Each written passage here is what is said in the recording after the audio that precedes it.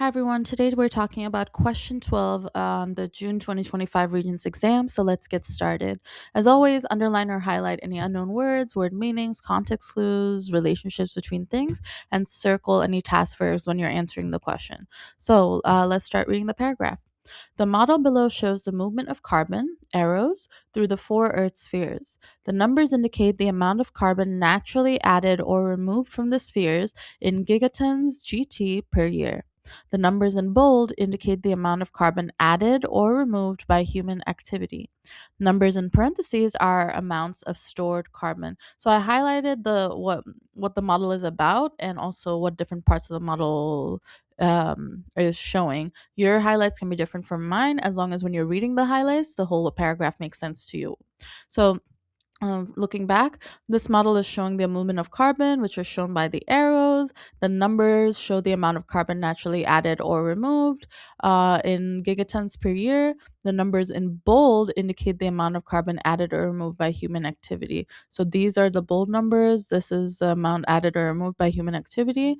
Let's see, numbers in parentheses are amounts of stored carbon. So anything in parentheses is being stored, it's not really moving in and out of the system. Okay, so number 12, which statement correctly identifies the quantitative cycling of carbon between two of Earth's spheres as a result of natural processes and human activities? So you can highlight in the question part too. Quantitative means like quantity, the amount or a number. So if you see the word quantitative or numerical, they're looking for a number.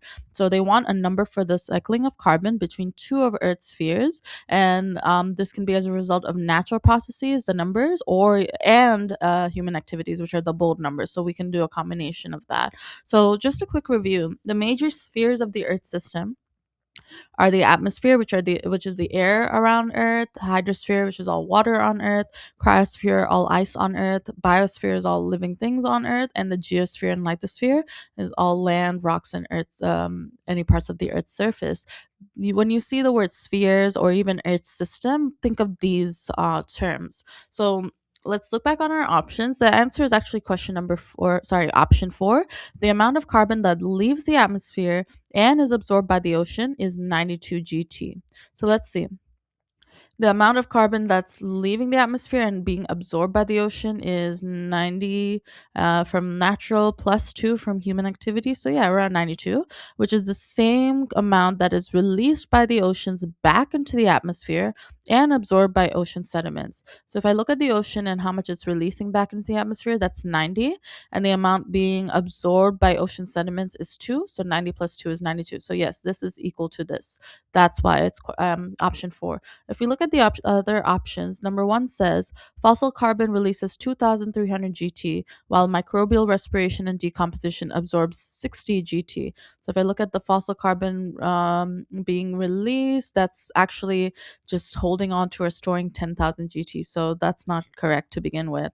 And the deep sea, number two, the deep ocean stores 36,000 more GT of carbon that is released by air sea, then is released by air sea gas exchange. So releasing by air sea gas exchange is 90. The deep ocean is storing 37,000. So the difference is not 36,000. So number two is incorrect. Number three, human emissions add 9 times more carbon to the atmosphere than plant respiration. Human emissions are releasing 9 GTs of carbon, and plant respiration is releasing 60. So that's not 9 times more carbon. So that's why the option or the correct answer is question 4. Next video, we'll talk about question 13. Thank you.